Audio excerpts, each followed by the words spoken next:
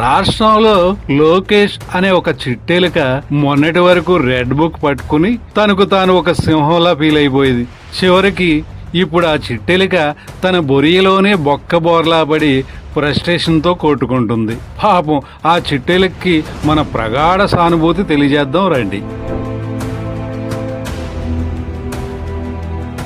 ఒక మాజీ ముఖ్యమంత్రికి మనవడిని, మరో మాజీ ముఖ్యమంత్రికి కొడుకుని, ఇక రాష్ట్రము నా ఇష్టారాజ్యం అంటూ విర్రవీగుతూ వారసత్వ రాజకీయాల్లోకి అడుగుపెట్టాడు నారా లోకేష్. మంత్రి అయితే బాబు మద్దతుతో దొడ్డిదారిన అయిపోవచ్చు గాని ఎన్నికల్లో గెలవాలంటే ప్రజా మద్దతు కావాల్సిందే కదా.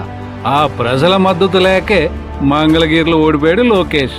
అప్పటి నుంచే లోకేష్లో నేను రాజకీయాల్లో